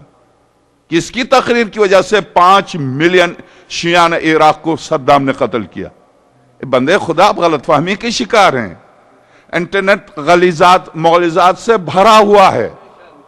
یہی ایک موسم ہے جس میں ہم ہر ایک کا جواب دے سکتے ہیں. اس میں بھی آپ ذہنوں کو پریشان کریں، اس سے یہ ہوگا، اس سے یہ ہوگا. کیا یہ نہ کرنے سے وہ نہیں ہو رہا جو آپ کہہ رہے ہیں؟ جب وہ ہو ہی رہا ہے تو آپ کیوں جواب دینے سے روکتے ہیں؟ آپ کا کوئی اعتراض ہے تو علمی اعتراض کیجئے، ہم جواب دیں گے قرآن سے اور کتابوں سے. مگر ہمدردی کے لباس میں آپ مکتب کو روکیں، یہ ہمدردی نہیں ہے. یہ ہمدردی نہیں ہے. اس لیے آپ کی غلط فہمی ہے. خاموشی سے قتل نہیں ہوگا. جو قتل ہونا تھا پارا چنار میں ہو چکا، جو قتل ہونا تھا وہ پاکستان میں ہو چکا. وہ کون سی میری آپ کی مسجد محفوظ ہے؟ وہ کون سا میرا آپ کا امام بارگاہ محفوظ ہے؟ کیا بغداد کی گلیوں میں تڑپنے والی لاشیں میری وجہ سے ہیں؟ یہ آپ کی غلط فہمی. یمن میں جو کچھ ہو رہا میری تقریر کی وجہ سے ہے؟ یمن میں جو شیعوں کا قتل عام ہو رہا کیا میری وجہ سے ہے؟ قطعاً نہیں. یہ تاریخ ہے، جو ہونا ہے وہ آپ خاموش رہیں، ہوگا. یہ طے ہے. جب مسجد الحرام کا پیش نماز فتویٰ دیتا ہے تو اب دنیا میں اس کا رد عمل جو ہونا ہے آپ خاموش رہیں تو ہوگا. ایک ہی صورت ہے. یعنی مکتبہ اہل البیت کے سلسلے میں آپ اف بھی نہ کریں، چھپ کر رہیں، تب تو آپ بچ سکتے ہیں، ممکن ہے. مگر آپ یہ کہہ دیں نہیں یہ تو نہیں ہو سکتا، میں تو شیعہ رہوں گا. تو اگر شیعہ رہیں گے تو جیسے ہی ان کو پتا چلے کہ تم شیعہ ہو تو وہ نہیں کہیں گے یہ خاموشی رہنے دو. نہیں، وہ جب کہیں یہ جیسے ان کو پتا چلے گا تم شیعہ ہو تو تم واجب القتل ہو، تم واجب القتل ہو. تو ایسی صورت میں آپ مجھے اجازت دیں کہ میں جو کچھ بھی عرض کر رہا ہوں یہ قسم کھا کے، پروردگار عالم کے عظمت و جلالت کی قسم، ایک لفظ میری طرف سے اس منبر پر آج تک نہیں ہے، نہ کوئی جذباتی گفتگو ہے. میں کتاب لے کے آتا ہوں، بعض اوقات کتاب کھول کے پڑھ کے سناتا ہوں، بعض اوقات میں چونکہ دیر ہوتی ہے تقریر میں ایک ایک صفحے کو الٹتے ہوئے تو بعض اوقات میں ایسی ہی تقریر کیے دیتا ہوں. آج آپ غور کیجئے، چونکہ جس کی کتاب کی میں نے ابتدا کی ہے وہ مکتبہ اہل سنت سے شیعہ ہوا. تیجانی میرے ہاتھ میں ہے، صالح الوردانی میرے ہاتھ میں ہے، ایک اور میں تو ابن حجر مکی کو لے کے آنے والا تھا، وہ بہرحال شیعہ تو نہیں تھا بلکہ شیعہ دشمنی میں اس نے جو کتاب لکھی ہے سواق محرقہ ہاتھ میں لے کے آ رہا تھا. مگر میں اس کے حوالے سے گفتگو کروں گا. کل اس کا صفحہ لا کے آپ کی خدمت میں دکھا دوں گا. کتاب خدا طول عمر دے اس بچے کو جو کتاب مجھے ضرورت ہوتی ہے وہ لا کے دیتا ہے.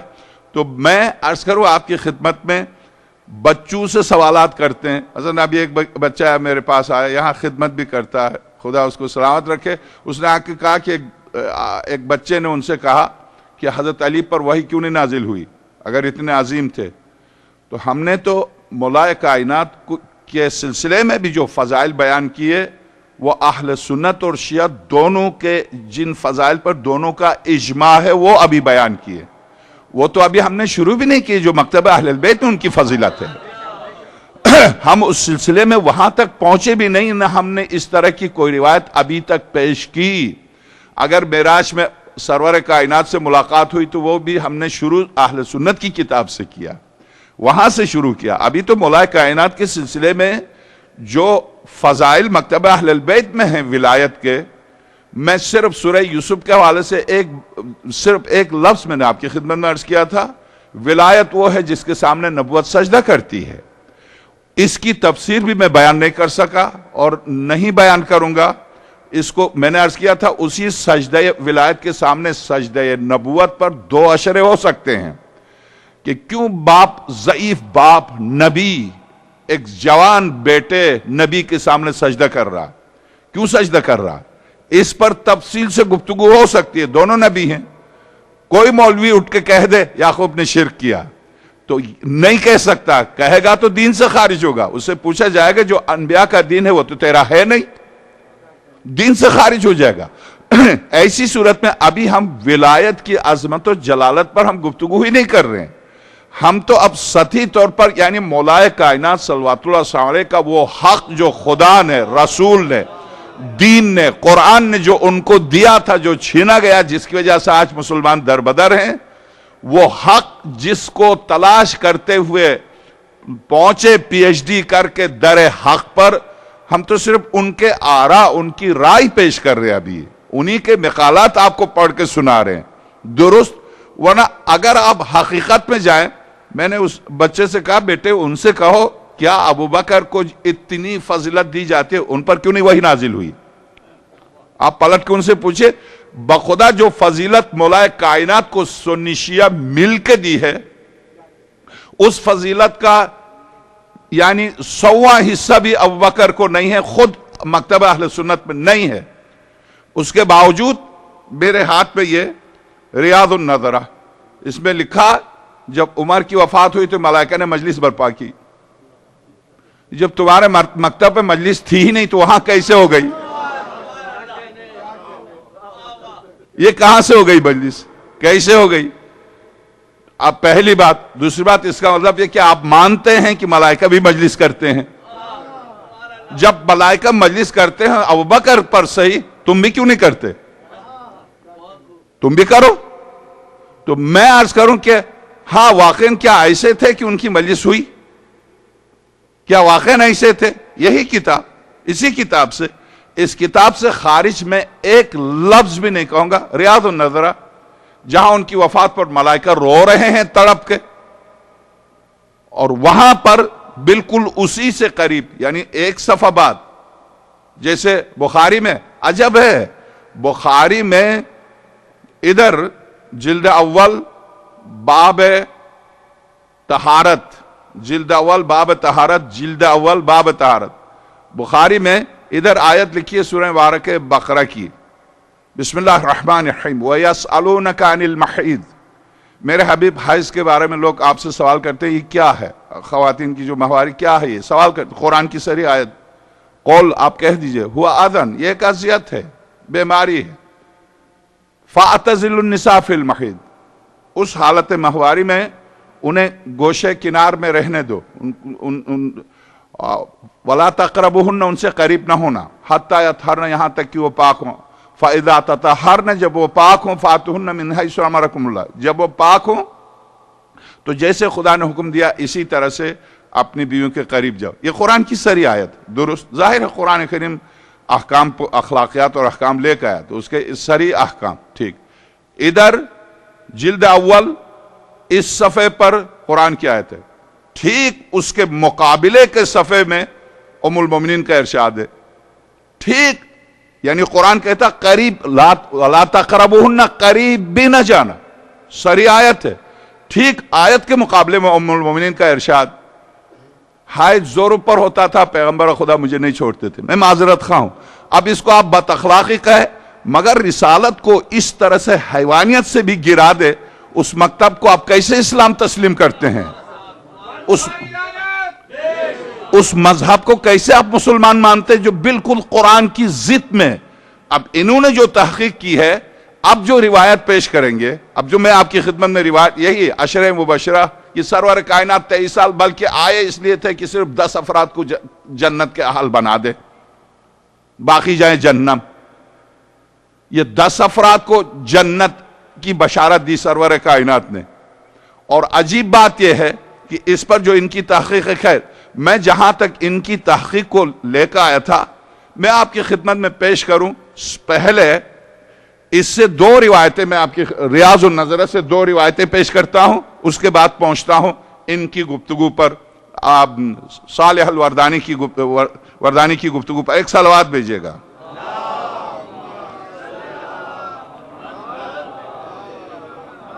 صفحہ 448 ریاض النظرہ،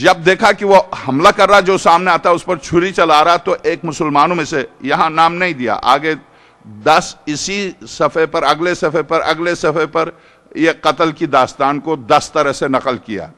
ہر جگہ کیا نقل کیا مجھے وہی بیان کرنا کہ کیوں ملائکہ روئے، اس پر مجھے گفتگو کرنی ہے. تو ابھی میں آپ غور کیجئے گا، کہتے ہیں کہ جب دیکھا کہ وہ جو دائیں بائیں نظر آ رہا اس کو حملہ کر کے اس کو زخمی کر رہا، تو مسلمانوں میں ایک سے ایک کپڑا اس کے اوپر ڈال دیا، یعنی ابو لولو کے اوپر کپڑا ڈال دیا. طرح علیہ ثوبا فلما ظن العلج انه ماخوذ نحر نفسه، جب اس نے گمان کر لیا کہ اب وہ پکڑا جائے گا تو اس نے اپنے آپ کو ذبح کر لیا، اس نے اپنے آپ کو مار دیا، خود ہی اپنے آپ کو قتل کر دیا. وتناول عمر بیدہ عبد الرحمن ابن عوف فقدمہ، عمر نے عبد الرحمن ابن عوف کو کھینچا اور آگے بڑھایا نماز کے لیے. فاما من كان يلي عمر فقط رأى الذي رأيت اما نواحي المسجد فانهم لا يدرون ما الامر، مسجد کے اطراف میں جو لوگ تھے انہیں پتہ نہیں چل رہا تھا آگے کیا ہوا ہے. غیر انهم فقدوا صوت عمر، صرف عمر کی آواز بند ہو گئی تھی. وهم يقولون سبحان اللہ سبحان اللہ، عمر تڑپ رہا، مسلمان کہہ رہے سبحان اللہ.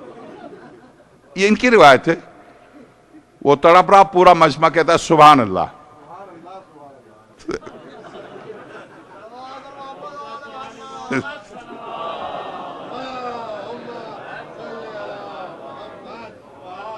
تو سب کے سبحان اللہ کے نعرے، سبحان اللہ چونکہ عربی میں آپ نعرہ حیدری لگاتے ہیں، عربی میں نعرہ ہے یہ سبحان اللہ، تو ظاہر ہے، اور یہ نعرہ مصیبت کا نہیں ہے، جی ہاں سبحان اللہ. تو اب بہرحال یہ خود کہہ رہے ہیں کہ سارے مسلمانوں نے یہ نعرہ لگایا سبحان اللہ کا. فصلی بہم عبد الرحمن صلاۃ خفیفہ، خفیف نماز پڑھی یعنی ہلکی نماز پڑھی، یعنی مختصر صورتوں میں نماز پڑھ لی. فلما انصرفوا، جب نماز پڑھ کر لوٹے، قال یا ابن عباس انظر من قتلنی، عمر نے کہا ابن عباس دیکھو تلاش کرو کس نے مجھے قتل کیا. فجعل ساعة فقال غلام مغیرہ ابن شعبہ، مغیرہ ابن شعبہ کے غلام نے آپ کو قتل کیا. قال صنع، قال نعم، قال قاتلہ اللہ لقد امرت به معروفا ثم قال الحمد لله الذي لم يجعل منیتی بید رجل يدعي الاسلام فقد كنت انت وابوك تحبان ان تكثر العلوج بالمدینہ. ہاں تم اور تمہارا باپ اس کو بہت پسند کرتے تھے، ابو لولو کو. ابن عباس سے کہا. تو ظاہر ہے عبداللہ ابن عباس اور حضرت عباس جو سرور کائنات اور مولا کائنات کے چاچا تھے، وہ پسند اب اس کی ایک تفصیل ہے کیوں پسند کرتے تھے. بہرحال وکان العباس اکثرهم رقیقا فقال ان شئت فعلت اے قتلنا، قال بعد ما تکلموا بلسانک وصلوا قبلتک وحجوا حجکم فحمل الى بیتہ، اسی حالت میں ان کو اٹھا کے گھر لے کے گئے. فانطلق معه وكان الناس لم تصبهم مصیبت قبل یوم، یعنی اس سے پہلے اتنی بڑی مصیبت مدینے پر نہیں آئی تھی. ظاہر ہے جب سرور کائنات گئے تھے تو یہ مشغول تھے، ان پر مصیبت آئی نہیں تھی، وہ بڑی مصیبت ان پر. قائل یقول لا باس، کوئی کہتا تھا کوئی حرج نہیں، مرے تو مرے کیا ہوا. وقائل یقول، ایک کہتا تھا اخاف علیہ، مجھے ڈر لگ رہا ہے اس کے بارے میں کہیں دوبارہ زندہ نہ ہو. بہرحال فاتا نبیذ، مجھے اس پر آپ غور کیجئے، فاتا نبیذ، یہ اگر میں مکتبہ اہل البیت سے نقل کرتا، میں اگر کلینی کی کتاب سے، صدوق کی کتاب سے، توسی کی کتاب سے، مجلسی کی کتاب سے، شیخ عباس قمی کی کتاب، سید مرتضیٰ، سید رضی، علامہ ہلی، ان کے والد محترم محقق اول، محقق ثانی، شہید ثالث، خاص طور سے جو کتاب احقاق الحق اور ابطال الباطل پر جہانگیر نے جس سید بزرگوار کو شہید کیا، میں ان کی کتاب سے تفصیل سے اس واقعے کو بیان کر سکتا ہوں. میں مکتبہ اہل البیت کے حقیر طالب علم کی حیثیت سے وہ ساری کتابوں کے سلسلے میں اس کا پورا واقعہ ہے میرے ذہن میں محفوظ. میں اس کتاب کو لے کے آیا ہوں تاکہ میرے مومن کو پریشانی نہ ہو کہ میں اپنی کتابوں سے بیان کر رہا ہوں. تو آپ غور کیجئے گا، میں آپ کی خدمت میں عبارت پڑھ رہا ہوں، اب آپ اس پر بالکل پریشان نہ ہو جائے گا. فَأَتَى بِنَبِيزٍ، نبیز شراب کی دو قسمیں ہیں.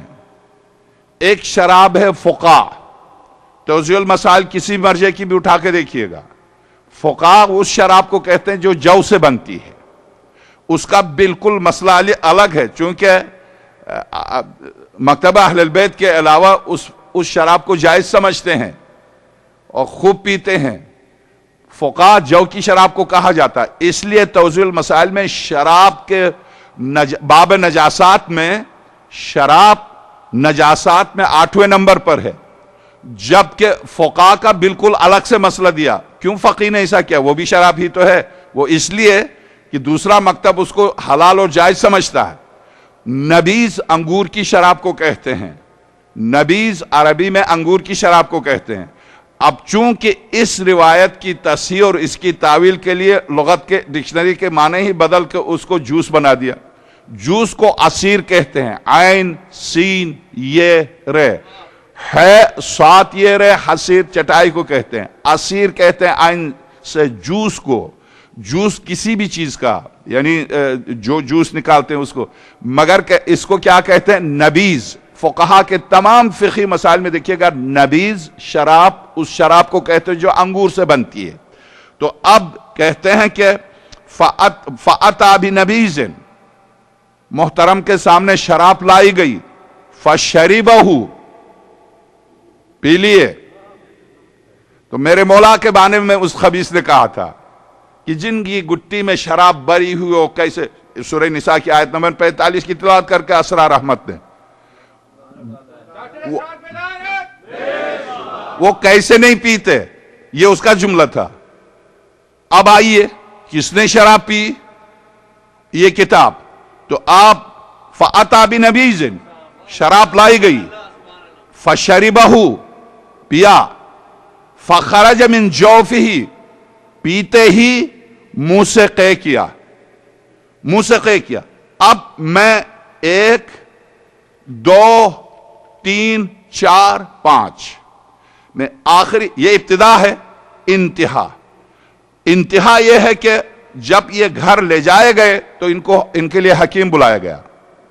حکیم کو جب بلایا تو حکیم نے زخم دیکھ کے کہا، صفحہ نمبر 455، ریاض النظرہ، مصنف تبری، مشہور ترین تاریخ کا مصنف، تاریخ تبری کا مصنف، یہ ان کی کتاب ہے ریاض النظرہ۔ ٹھیک، صفحہ بتایا۔ کہتے ہیں کہ جب حکیم کو بلایا تو حکیم نے کہا، میرے پاس کوئی ایسا آلہ نہیں ہے کہ جس کے ذریعے معلوم کروں کہ ان کی چھری انتڑیوں تک گئی ہے یا صرف کھال تک رہ گئی ہے، اس لیے آپ جو پسند کریں وہ پی لیں۔ تو محترم نے خود فرمائش کی، مجھے نبیذ پسند ہے۔ میں تمام مسلمانوں سے سوال کرتا ہوں، جو شخص زندگی میں توبہ کر کے شراب کو چھوڑ دیا ہو، مرتے وقت کیسے پی رہا؟ مرتے وقت کیسے پی رہا؟ جلال الدین سیوطی کی تفسیر در منصور جلد دوم سورہ مبارکہ مائدہ کی آیے شراب کی تفسیر، محترم نے لکھا ہے کہ ساری 6 آیتیں جو قرآن میں شراب کے سلسلے میں آئی ہے، ساری آیتیں عمر کے بارے میں آئی۔ جب آخر میں سورہ مائدہ کی مسلسل 4 آیات نے کہا کہ ہوش میں آ جاؤ، بند کر دو، تب عمر نے کہا انتہینا، بس اب ہم نے بند کر دیا۔ تب تک انہوں نے بند نہیں کیا۔ سورہ مائدہ قرآن کی آخری سورہ ہے، سرور کائنات کی وفات سے چند دن پہلے یہ تکمیل کو پہنچی۔ غدیر میں الیوم اکملت لکم دینکم واتممت علیکم نعمتی، سورہ مبارکہ مائدہ کی آیت ہے۔ یا ایھا الرسول بلغ ما انزل الیک من ربک، سورہ مائدہ کی آیت ہے۔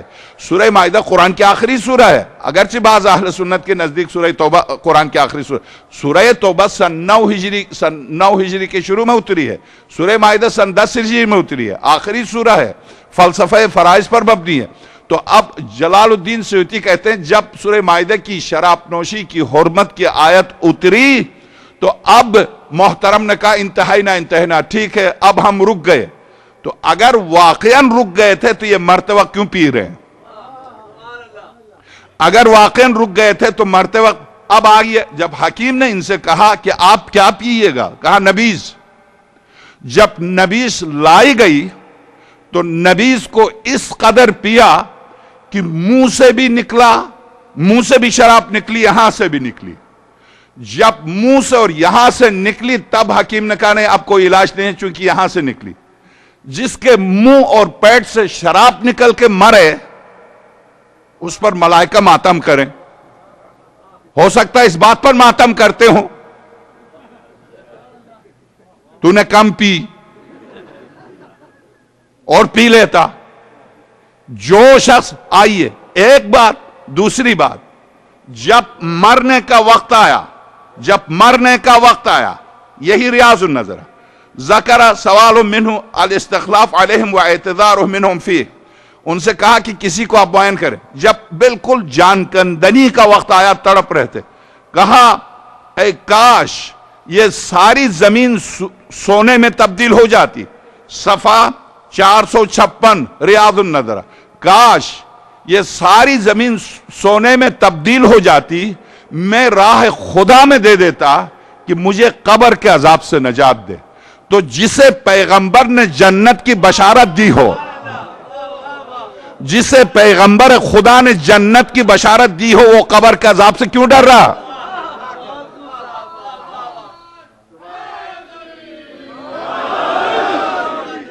تو اب اسی کی وضاحت, اب آواز بلند صلوات دیجئے.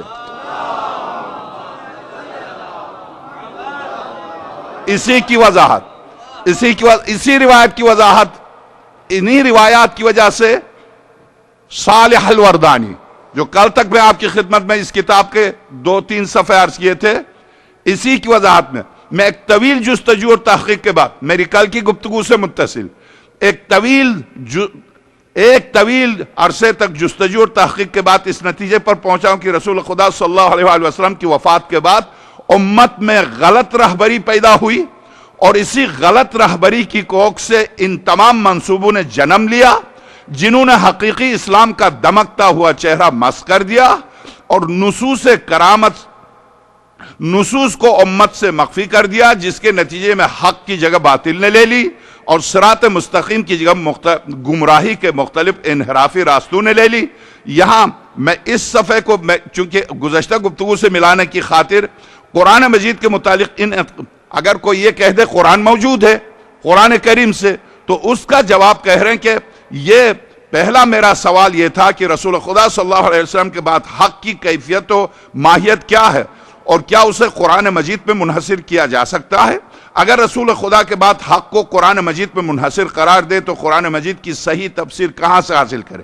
یہ آپ کل سن چکے. میری حیرت اس وقت مزید بڑھ گئی جب میں نے کتب تفسیر پڑھا کہ فلاں یہ واقعاً عجیب ہے, یہ بہت عجیب ہے. اس نقطے پر میں 5 منٹ دوں گا.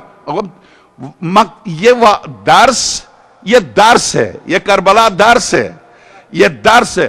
آقا حسین سلام اللہ علیہ یہ جو 9 کے نیزے پر بازار شام میں جن آیات کی تلاوت کی ہے, سورہ کہف کی, کیوں تلاوت کر رہے ہیں حضرت؟ مسلمانوں کو دعوت دے رہے ہیں. سوچو میں کون ہوں, سوچو اسلام اور قرآن کے ساتھ کیا ہوا ہے. تو آپ غور کیجئے اس بات پر. لکھتے ہیں میری حیرت اس وقت مزید بڑھ گئی جب میں نے کتب تفسیر میں پڑھا کہ فلاں حکم کے متعلق اللہ نے جو آیت نازل کی تھی اسے اٹھا لیا. فلاں حکم سے متعلق جو آیت نازل کی تھی اسے اٹھا لیا. کیا مطلب؟ اللہ نے جو آیت نازل کی تھی اسے اٹھا لیا لیکن اس کے حکم کو باقی رکھا. آئے رجم, زانی کو, شادی شدہ زانی عورت یا مرد کو رجم کرنا, پتھر سے مارنا, سخت ترین سزا. ہم جس پرستی کی وہی سزا, سخت ترین سزا. درست. آئے رجم کہاں؟ کہتے ہیں آئے رجم تھی, حکم باقی ہے, آیت کو اٹھا لیا گیا. ٹھیک, آئیے آیت باقی ہے, حکم اٹھا لیا گیا. سورہ نساء آئے متع فمن استمتعتم منہن فاتوہن اجورہن منہ. اگر تم نے ٹمپریری شادی کی ہے تو جو طے کیا وہ دو. کہتے نہیں آیت تو موجود ہے مگر حکم اٹھا لیا گیا. تو کہتے مجھے حیرت ہے آیت کیوں موجود ہے جب حکم اٹھا لیا گیا, تو آیت کا کیا کام ہے؟ کہتے ہیں جب حکم اٹھا لیا گیا آیت کو کیوں نہیں اٹھا لیا گیا؟ اور قرآن کہتا ہے جب ہم کسی آیت کو منسوخ کرتے ہیں تو اس کو ہٹا کے اس کی جگہ پر دوسری آیت لاتے ہیں. سری قرآن کی آیت ہے. ما ننسخ من آیت، ہم کسی آیت کو نسخ نہیں کرتے جب تک اس کی جگہ پر دوسری آیت کو نہ لائیں. تو یہ کیسے ممکن ہے کہ خدا، ہاں بعض احکام ٹیمپریری ہوتے ہیں، کیوں؟ ہر دین میں، ہر تربیت گاہ ہے، ہر مکتب میں، ہر آئین میں کچھ وقتی احکام ہوتے ہیں. ان کی وجہ ابتدائی تربیت کے لیے. جب تربیت مکمل ہو تو وہ حکم ختم ہو جاتا ہے. درست اس طرح کے احکام موجود تھے، مگر وہ احکام جیسے سابقہ انبیاء کی تربیت چونکہ محدود تھی، ان کا دین، ان کے احکام محدود تھے. جب خاتم الانبیاء آئے تو ان کی شریعتیں منسوخ ہو گئیں، ختم. اب صرف اسلام ہے. اسلام میں بھی ابتدائی طور پر مثلا مکے میں سرور کائنات نے صرف عقائد پر گفتگو کی، اعمال پر گفتگو نہیں کی. مدینے میں بھی ابتدا میں 2 رکعت نماز تھی، بعد میں ظہر 4، عصر 4، مغرب 3، عشاء 4 ہو گئی. پھر دوبارہ حکم آیا سفر کی حالت میں قصر کا. تو چونکہ احکام میں ترمیم، یعنی دین کے اقبال تک پہنچنے تک، کامل آئین کے نزول تک، یہ طریقہ ہر دنیا میں، دنیا کے ہر گوشے میں، ہر آئین میں خدائی دستور نے یہ بشر کو سکھایا. مگر اصول یہ ہے کہ جب کوئی آیت خدا اٹھا لیتا ہے تو آیت اور اس کا حکم دونوں اٹھا لیتا. یہ کیسے ممکن ہے کہ حکم موجود ہے، آیت اٹھا لی؟ میں کیسے پہچانوں گا حکم موجود ہے؟ جب آیت نہیں ہے تو میں اس حکم کو کیسے پہچانوں گا جب آیت ہی نہیں ہے؟ اور جب آیت موجود ہے حکم اٹھا لیا گیا. میں بیوقوف ہوں، آیت کی تلاوت کیے جا رہا ہوں جبکہ وہ منسوخ ہو چکی ہے. قرآن کریم کہتے ہیں کہ اس نے مجھے ایسی حیرت میں ڈال دیا. یہ کس طرح کی گفتگو کرتے ہیں کہ آیت تو موجود ہے مگر اس آیت کا حکم ہٹا لیا گیا. جیسے آیہ متہ، جیسے یہ مثال میں نے دی، ہاں آپ کی سہولت کے لیے ایک صلوات بھیجوا رہا ہوں.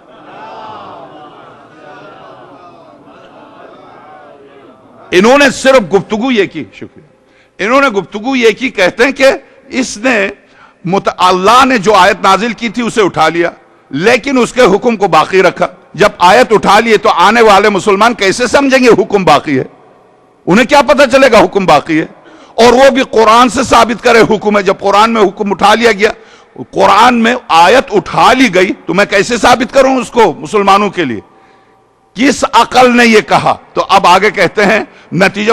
یہ بات مجھے انتہائی عجیب لگی کہ آیت منسوخ ہو چکی لیکن اس کا حکم باقی ہے، اور دوسری طرف سے آیت موجود ہے لیکن اس کا حکم منسوخ ہو چکا. اس نے مجھے اتنی حیرت میں ڈال دیا کہ کس طرح سے متضاد گفتگو کر رہے. قرآن مجید کے متعلق ان اختلافات کو دیکھ کر میں اس نتیجے پر پہنچا کہ ان تمام مشکلات کے دور کرنے کے لیے ایک جامع شخصیت کی ضرورت ہے. ایک جامع شخصیت کی ضرورت ہے، اور وہ شخصیت خدا کے پسندیدہ رہبر ہی کی ہو سکتی ہے. لیکن سوال یہ کہ وہ رہبر کون ہے اور اس نے اپنی رہبری کا اظہار کر کے حفاظت دین کا منصب کیوں نہیں سنبھالا؟ سابقہ امتوں میں یہ قانون الہی جاری رہا کہ جب وہ امت ارتداد کا شکار ہوتی تھی تو اللہ تعالیٰ نئے نبی کو بھیج کر ان امتوں کی اصلاح کرتا تھا. اور رسول اکرم کے بعد چشم تاریخ نے اہل عرب کے ارتداد اور انحراف کا تو مشاہدہ کر لیا. اب اگر رسالت کا سلسلہ جاری ہوتا تو یقیناً اللہ تعالیٰ ان کی اصلاح کے لیے نیا رسول بھیجتا، لیکن صورتحال مختلف تھی. رسالت کا سلسلہ تو ختم ہو چکا تھا، ہمیشہ کے لیے بند ہو گیا. اب ادھر امت انحراف کا شکار ہو گئی تو اس صورت میں کیا ایسے رہبر کی ضرورت نہیں جو امت کو انحراف اور کج فکری سے محفوظ رکھے؟ اب اس کے بعد کہتے ہیں قرآن مجید ہمیں بتاتا ہے کہ حضرت موسیٰ علیہ السلام 40 راتوں کے لیے اپنی قوم سے جدا ہوئے تو اپنے بھائی حضرت ہارون علیہ السلام کو اپنا جانشین مقرر کر کے گئے. 40 دن تک بھی قوم کو خالی نہیں چھوڑا، اور نہ کسی 10-20 صحابہ کو تربیت دے چکے تھے جس سے کہتے 40 ہی تو دن ہے، تم نماز پڑھا لو میں آ جاتا ہوں. 40 دن کے لیے بھی غیر معصوم نے نبی کی جگہ نہیں لی. 40 دن کے لیے بھی کہتے ہیں کہ ہاں صورتحال، عجیب صورتحال بنی کہ موسیٰ تو اپنی قوم کو 40 دن کے لیے بھی اپنی جگہ خالی چھوڑ کے کسی غیر معصوم کے حوالے کر کے نہ جائیں. تو کہتے ہیں ادھر عجیب صورتحال بنی کہ رسول خدا ہمیشہ کے لیے دنیا سے رخصت ہونے کا اعلان کرتے ہیں مگر کسی کو اپنا جانشین نہیں بناتے، جبکہ آپ کے بعد کسی نبی کا آنا بھی نہیں ہے. جب آپ کے بعد اب کہتے ہیں کہ ممکن ہے کہ ہمارے اس سوال کے جواب میں یہ کہا جائے کہ رسول اکرم نے لوگوں میں قرآن کو اپنا جانشین مقرر کیا، بس یہی. اب لے دے کے سارا اسی پر ہے، سارا اسی پر ہے. ضرورت نہیں تھی، قرآن موجود تھا. اس لیے کہ جس نے خاتم الانبیاء کی توہین کی تھی اس نے بھی قرآن ہی کو بہانہ بنایا تھا. حسبنا کتاب اللہ. اب یہ جواب دیں گے، یہی دلچسپ ترین اس کتاب کا جوہر ہے. یہی جواب دیں گے کیا واقعاً قرآن کریم کافی ہے؟ تو کہتے ہیں میں مسلمانوں سے ایک سوال کرتا ہوں، مسلمانوں کے اختلاف کا سبب قرآن تھا یا رہبر تھا؟ یہ ان کا سوال. مسلمانوں کے اختلاف کا سبب کہتے ہیں علاوہ ازیں خود جمع قرآن کے وقت کہتے ہیں تاریخ نے اس سوال کا جواب دیا ہے. تاریخ نے اس سوال کا جواب، میں ایک عبارت، قرآن مجید بھی دوسری آسمانی کتابوں کی طرح سے ایک کتاب ہے، امت کے افراد اس سے روگردانی بھی کر سکتے ہیں. قرآن کتاب ہے. جب ایک شخص کتاب سے منہ موڑ لے، کون ہے جو کتاب کی، کیا خود کتاب اس کو موڑ کے لے آئے گی یا کوئی ہو جو کتاب کی طرف لے آئے؟ کتاب ہے، کتاب ہے. تو کتاب سے اگر منحرف ہو جائے تو کون ہے؟ کیا خود کتاب ہے جو اس کو منحرف ہونے سے بچائے یا کوئی شخص ہو جو قرآن سے منحرف ہونے سے اس کو بچائے؟ تو کہتے ہیں کہ سابقہ امتوں میں کیا کتاب نہیں تھی؟ توریت تھی. جب توریت تھی تو موسیٰ توریت کو حوالے کر کے چلے جاتے. درست ہے توریت لینے کے لیے گئے تھے، جس وقت حضرت ہارون کو اپنا جانشین بنا اس وقت توریت لینے کے لیے گئے تھے. مگر جب وفات کا وقت آیا تو شمعون الصفا کو کیوں آپ نے اپنا نائب بنایا؟ امت کے حوالے کرتے یہ لو توریت مکمل ہو گئی ہے، میں پڑھا چکا ہوں، توریت پر عمل کرو. حضرت شمعون کو کیوں اپنا نائب بنایا؟ ٹھیک. حضرت سلیمان، حضرت داؤد پر زبور اتری. حضرت سلیمان چلیے نبی تھے، پیغمبر تھے، حضرت داؤد کے بیٹے تھے، درست. مگر جب حضرت سلیمان کیوں مجمع عام میں حضرت آصف نے برخیہ کا تعارف کرا رہے ہیں؟ کیوں کہتے ہیں کہ کون ہے جو اس وقت تخت بلقیس کو ایک آن واحد میں 1600 میل سے ایک لمحے کے اندر کون ہے جو تخت بلقیس اور بلقیس کو لے کے آئے؟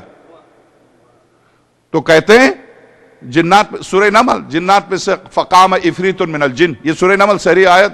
جنات میں سے افریت اٹھا، اس نے کہا اے سلیمان تخت سے اٹھنے سے پہلے آپ مجھے حکم دے، آپ کے تخت سے کھڑے ہونے سے پہلے میں لا سکتا ہوں، ایسی کیا بات ہے؟ تو فقام، انسانوں میں سے ایک شخص اٹھا، اس نے یہ کہا کہ آپ مجھے صرف اشارہ تو کر دیجئے، یہ تو دیر کر رہا کہ آپ کے تخت سے اٹھنے سے پہلے لا رہا، آپ کی آنکھ کھول کے بند کرنے سے پہلے لا دوں، ایسی کیا بات ہے؟ تو جب جیسے ہی حضرت سلیمان نے ابھی اشارہ بھی نہیں کیا، اس شخص نے، اس مرد نے، اس رجل نے یہ جملہ کہا، تخت اور بلقیس دونوں سامنے. تو اب پوچھتے ہیں لوگ، امام صادق سلام اللہ علیہ سے، یہ تو آیت ہے، اس سے کوئی انکار نہیں کر سکتا. کیا اس جن کے پاس وہ علم تھا جو سلیمان کے پاس نہیں تھا؟ کیا اس انسان کے پاس وہ علم تھا جو پیغمبر خدا کے پاس نہیں تھا؟ تو امام ششم نے فرمایا نہیں، اس شخص کے پاس جو علم تھا وہ بھی اس نے سلیمان سے سیکھا تھا. سلیمان ابن داؤد چاہتے تھے کہ وہ نہ ہو اس کے نائب کے ساتھ جو خاتم الانبیاء کے نائب کے ساتھ ہوگا. سلیمان ابن داؤد چاہتے تھے جن و انس سب گواہ رہیں کہ نبی کا نائب کون ہوتا ہے. اس لیے آصف ابن برخیہ سے کہا، صرف آصف ابن برخیہ کا تعارف کرانا چاہتے تھے کہ نبی کا نائب ایسا ہوتا ہے جو کمال نبی میں ہے وہ کمال نائب میں ہے، جو صفات نبی میں ہیں وہ صفات نائب میں ہیں. وہ صرف اپنے نائب کے تعارف کے لیے آصف نے برخیہ سے کہا، ورنہ اس نے کہاں سے سیکھا تھا؟ اس نے بھی حضرت سلیمان سے سیکھا تھا. تو آصف ابن برخیہ کوئی کہہ دے نبی تھے یا صرف وسیع و جانشین تھے؟ جب صرف وسیع و جانشین تھے اور اس وقت آصف نے برخیہ کے بجائے حضرت سلیمان کہہ دیتے، زبور بابا پر اتری تھی، میں اسی بابا زندگی پر حضرت داؤد اسی کو پڑھاتے رہے، میں اسی کو پڑھاتا رہا، اب تم سب تمہاری نسلیں پڑھ چکی ہیں، عمل کر لو. آصف نے برخیہ کو نائب بنانے کی ضرورت کیا تھی؟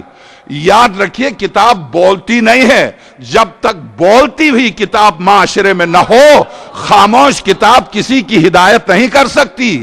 خاموش کتاب آواز نہیں دیتی، ادھر کوئی ہوتا ہے جو کتاب کی طرف بلاتا. اب کہتے ہیں اچھا کوئی بھی حافظ قرآن بلا لے، کوئی بھی حافظ قرآن جس کو حفظ ہو وہ یہ کام کر لے تو کیا فرق پڑتا؟ بہت سے صحابہ کو جیسے ابھی کہا کہ کبھی سورہ یوسف کبھی سورہ نحل کی تلاوت کرتے تھے، قرآن حفظ تھا.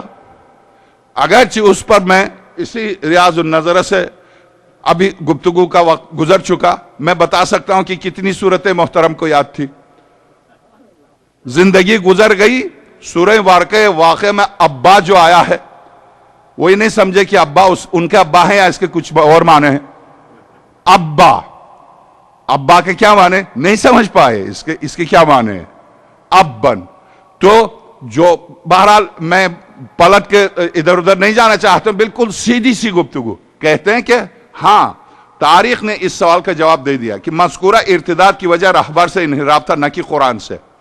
کہتے ہیں کیونکہ جن لوگوں نے زکوٰۃ دینے سے انکار کیا تھا وہ سب کے سب مسلمان تھے، جن لوگوں نے حضرت ابوبکر کی بیعت کا انکار کیا تھا وہ بھی کٹر مسلمان تھے، راسخ العقیدہ قرآن مجید پر مکمل ایمان رکھنے والے تھے، مگر قرآن کے وفادار ہونے کے باوجود منحرف ہو گئے تھے.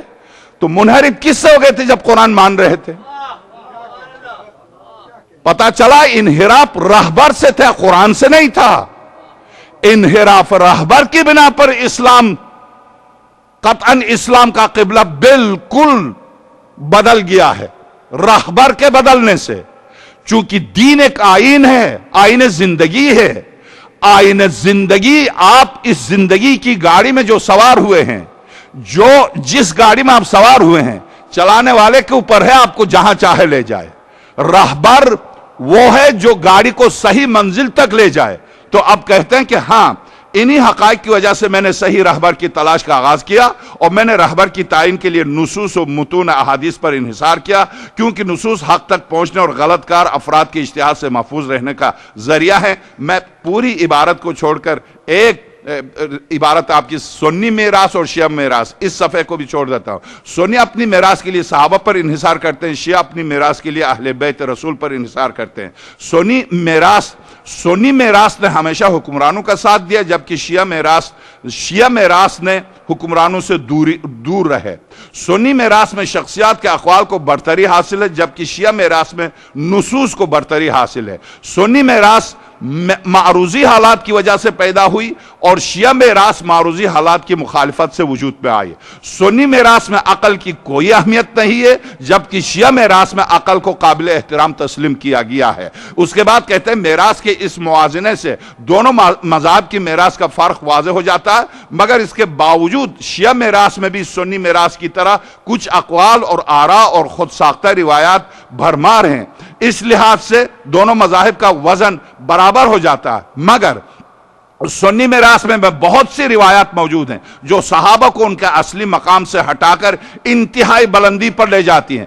ادھر شیعہ میراث میں بھی ایسی کچھ روایات ہیں جو اہل بیت رسول کو ان کے اصلی مقام سے بہت ہٹا کر اوج ثریا پر لے جاتی ہیں. دونوں مذاہب کی میراث میں خود ساختہ روایت کی کوئی کمی نہیں، لیکن اس تمام تر مماثلت کے باوجود شیعہ مذہب کو سنی مذہب پر پھر بھی برتری حاصل ہے. کیوں؟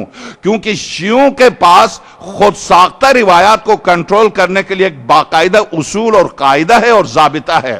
شیعہ اس بات کے قائل ہیں کہ جو روایت قرآن اور عقل کے خلاف ہو اسے دیوار پر مار دو، اور جبکہ اہل سنت روایت کے اس صرف اسناد پر انحصار کرتے ہیں. اگر ان کے ہاں معاویہ اور یزید سے بھی آ جائے روایت تو چونکہ روایت ایک دفعہ بھی جس نے پیغمبر کو دیکھا وہ روایت نقل کر رہا تو یقیناً صحیح ہوگی. تو یہ روایات کے سلسلے میں شیعہ اور سنی دونوں کے طریقہ کار میں ایک واضح فرق پایا جاتا ہے. شیعہ روایت سے متن کا باریک بینی سے جائزہ لیتے ہیں، جبکہ سنی متن کی بجائے اسناد روایت کو باریک بینی سے دیکھتے ہیں. اور شیعوں کی اس روش کی وجہ سے میراث میں حاصل ہونے والی بہت سی روایت کو مخالف قرآن اور عقل قرار دے کر رد کر دیا گیا، اور اس کے برعکس